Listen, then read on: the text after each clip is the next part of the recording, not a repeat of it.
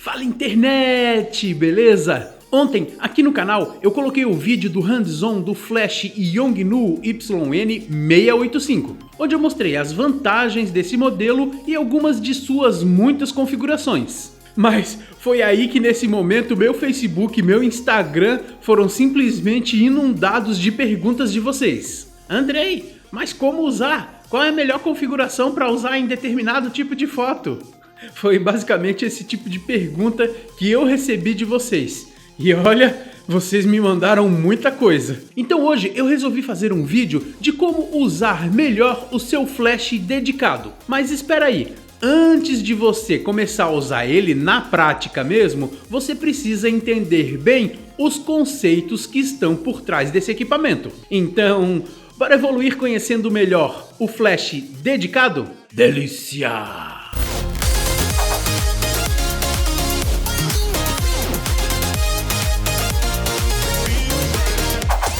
Olá, eu sou o Andrei Lane e bem-vindos ao Back to Basics. Bom, eu entendo a quantidade de perguntas que eu recebi de vocês. Realmente o Flash no começo acaba se tornando um bicho de 7 cabeças, de difícil entendimento. E a grande maioria dos iniciantes na fotografia não entende o porquê um Flash acaba estragando a sua foto e não melhorando ela. Mas calma, com um pouquinho de estudo você vai dominar esse assunto sem nenhum problema. Pense o seguinte, são 3 os principais fatores que fazem o flash funcionar bem: potência, zoom e a distância do assunto. Bom, primeiro vamos falar da potência. Bom, na verdade a potência da luz da tocha do seu flash é sempre a mesma. Mas você deve estar se pensando, como assim é sempre a mesma se eu coloco em 1:128 e fica bem menos luz? Bom, o que acontece é que o tempo é diferente. Em potência máxima, que seria o 1/1, nós temos o tempo máximo que a luz do flash fica ligado, que varia mais ou menos entre 0,8 segundos. Já em 1/128 é o menor tempo que essa lâmpada vai ficar acesa. E claro, quanto mais tempo ela ficar acesa, mais ela vai preencher a sua cena com luz. Bom, e para medir a potência, o tempo dessa luz, nós temos que fracionar ela. Por exemplo, quando o capacitor está com carga máxima é 1/1, é um fracionamento, ok? 1:1. E a partir disso que nós vamos diminuindo esse tempo, nós vamos fracionando 1/2, 1/16, 1/32 e assim por diante. E os flashes, em sua maioria, têm a capacidade de ir até 1/128, que é uma luz bem fraca que vai preencher a sua cena. Mas calma aí que tem um detalhe interessante sobre esse fato que eu tô falando de preencher a cena, tá bom? Daqui um pouco eu já vou falar disso. Uma coisa interessante que você deve saber é que quando nós fotografamos em 1:1, nós despejamos toda a energia do capacitor de uma vez só no flash. Capacitor nada mais é do que o equipamento que está dentro do flash que retém a energia e dispara ele de forma rápida. E se fotografarmos em 1/128, nós vamos dividir essa carga por 128 vezes. Significa que você vai ter bem menos energia sendo liberada e uma luz bem mais suave. E o interessante é que como nós estamos pegando uma carga e dividindo 128 vezes, esse flash vai poder disparar 128 vezes sem precisar puxar ou recarregar o capacitor novamente, entendeu? É por isso que às vezes quando você fotografa em 1:1, o flash demora bem mais para recarregar do que quando você está fotografando em 1/128. Por exemplo, se você colocar em 1/32, você vai ter 32 disparos sem precisar carregar o capacitor novamente. Isso é uma coisa que realmente ajuda você na hora de fotografar em um evento qualquer. Você vai saber mais ou menos a quantidade de fotos que você tem para tirar sem precisar esperar que o flash tenha aquele tempo de carregamento do capacitor. O segundo fator importante que a gente tem que entender no flash é a distância que você está do seu assunto. E realmente essa é uma das características mais importantes que nós devemos prestar atenção na hora de usar um flash dedicado. Mas nós temos vários vídeos só com esse tema distância. Calma que a gente vai aprender ele melhor com o tempo. Vamos ver como é que vai ser a resposta de vocês e a quantidade de visualizações com esse tema aqui no Back to Basics. Mas pense o seguinte, dependendo da distância que o seu assunto está do ponto de luz, ou seja, do seu flash, a luz pode se tornar mais dura ou mais suave. ou mais bem demarcada ou menos bem demarcada, trazendo um contraste para sua cena, para o seu assunto principalmente, maior ou menor. A luz segue a lei do quadrado do inverso. Bom, o que essa lei diz? Ela diz que conforme você dispara uma imagem, a luz vai percorrer a distância e vai perdendo potência, vai perdendo luminosidade. É mais ou menos por isso que quando você faz a sua fotografia, o seu elemento em primeiro plano fica muito bem iluminado e aquele background que está lá no fundo fica completamente escuro.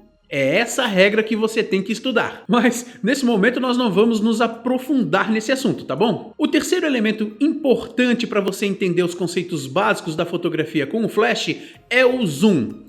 Sim, o seu flash possui um zoom na tocha dele. A tocha é aquela cabeça onde está a luz que gira, tá bom? Então imagine que esse cara aqui é um copo e o elemento de luz ele tem a capacidade de se movimentar ficando mais perto da borda ou mais no fundo do copo. Quanto mais perto da borda essa luz estiver, mais da cena ele consegue iluminar. Entenderam? Então quando ele está mais para cima, ele ilumina mais. Quando ele está mais para baixo, ele ilumina menos. E isso é meio familiar. Você deve estar pensando aí, pô, mas isso está parecendo muito com a milimetragem das objetivas. Dependendo da milimetragem de uma objetiva, ela enxerga mais ou enxerga menos. Entenderam o porquê que o flash tem esse zoom? E é exatamente por isso que existe esse fator nos flashes dedicados, para ele poder iluminar exatamente o campo de visão da sua objetiva que você está usando no momento do clique. Então, quando essa luz está na borda, ele ilumina mais ou menos um campo de visão de uma objetiva 24mm. E cada flash tem um range de zoom. Por exemplo, esse Yongnuo YN685 vai dos 24 até os 200mm. E usando o difusor na parte frontal, ele vai para mais ou menos 14mm. Já o 430EX2, que é um flash mais simples, ele vai dos 24 aos 105mm. E com o difusor também fica mais ou menos em 14mm. Isso é bem simples de se entender. E esses elementos podem causar efeitos interessantes na sua fotografia, dependendo da maneira que você usa eles. Por exemplo, a potência. Você pode usar uma potência extremamente baixa, aliada a uma fotometria subexposta, para fazer uma fotografia muito bonita em low key. Ou então, você pode usar um zoom bem alto, mais ou menos uns 200mm, e isso vai criar uma imagem bem demarcada e bem forte. Você pode usar isso para criar uma luz de corte que vai separar o assunto principal da sua fotografia do background. Beleza? Esses são os fatores principais do uso do flash. Mas tem alguns outros fatores que nós temos que entender muito bem que vão ajudar bastante a gente na hora de fotografar. E dois desses fatores são os modos que a gente usa para fotografar. Os mais usados são o modo manual e o modo ETTL ou TTL, que é o modo automático da sua câmera juntamente com o seu flash. Primeiro, o modo ETTL, que é o modo automático. Eu sei que eu vivo falando para vocês que os modos automáticos da sua DSLR tendem a errar, mas com mais experiência você vai conseguir entender o funcionamento desse modo ETTL e vai usar ele de maneira que ele erre muito, mas muito pouco mesmo. Bom, a câmera vai fazer a fotometria e vai mandar essa informação para o flash dizendo o quanto de luz ele precisa jogar no ambiente para fotometrar no zero. Isso em condições ideais, claro, né? Às vezes existe a necessidade de se colocar um pouco mais de luz ou tirar um pouco de luz da sua cena.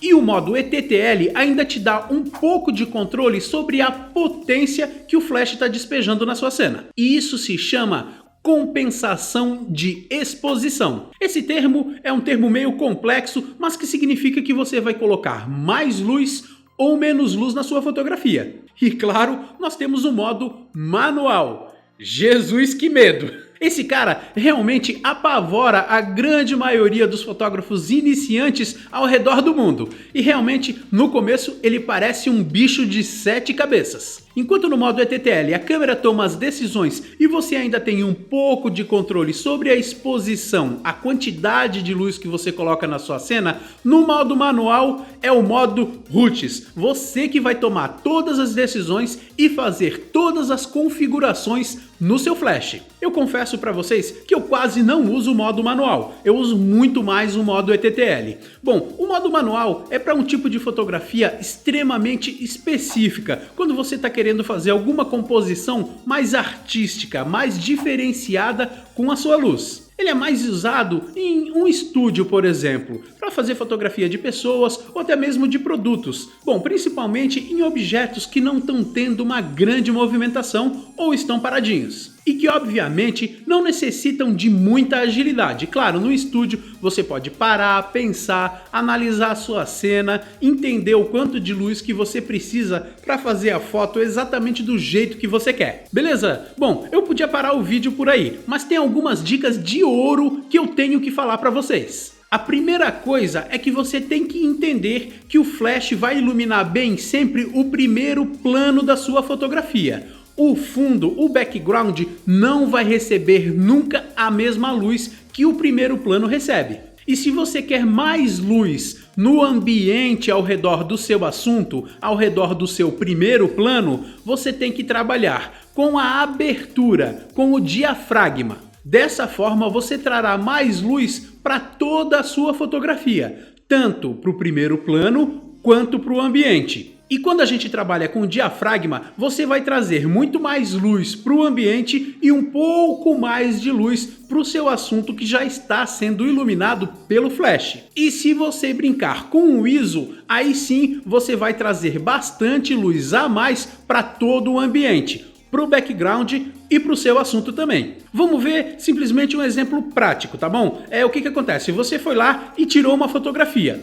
A pessoa ficou muito bem iluminada, mas o fundo realmente ficou bem escuro. O que você precisa fazer é abrir mais a sua objetiva ou aumentar o seu ISO. Assim você vai trazer mais luz de uma maneira geral, né? No ISO você vai trazer bastante luz para o fundo e para o assunto, e na abertura você vai trazer bastante luz para o fundo e um pouco mais de luz para o seu assunto que está iluminado com o flash. E claro que você tem que pensar que quando você traz mais luz para o seu ambiente de uma maneira geral, você tem que reconfigurar o seu flash para que ele jogue um pouco menos de luz no seu assunto. Mas se você quiser incidir mais luz apenas no ambiente e não quer mexer no seu flash, bom, aí você muda a velocidade do obturador, porque a velocidade do obturador ela não tem a capacidade de mudar a luz do flash e tem a capacidade de mudar a luz do ambiente e do background. Pessoal, eu vou falar para vocês vão errar muito no começo, muito mesmo. Como eu errei e como a grande maioria dos fotógrafos erraram muito. O negócio é treinar bastante e entender bem esses conceitos que eu acabei de falar para vocês. E gente, entendam, não existe uma maneira 100% correta de fazer uma fotografia, seja com flash, seja sem flash. Existem inúmeras e inúmeras maneiras de se fazer a mesma fotografia de diferentes maneiras. Um bom fotógrafo é aquele cara que entende isso e sabe usar o seu equipamento para determinados momentos que você tem luz de padrões bem diferentes. Então, você quer ser um bom fotógrafo? Não se preocupe tanto em comprar equipamentos caros, mas sim em entender como é o funcionamento deles e os conceitos fotográficos que estão por trás dele. Beleza, pessoal? Esse foi o vídeo de hoje. A gente falou um pouco de flash, um pouco por cima, porque tem que ser um vídeo mais rápido, mas se vocês gostarem desse vídeo, por favor, escrevam aqui embaixo que eu posso dar continuidade em uma série de vídeos falando sobre flash, especificamente. Esse foi o vídeo de hoje. Se vocês estão curtindo o meu trabalho, por favor, fortalece aí com um joinha, compartilhe os vídeos para o canal crescer cada vez mais e mais. E aquele abraço! Delícia!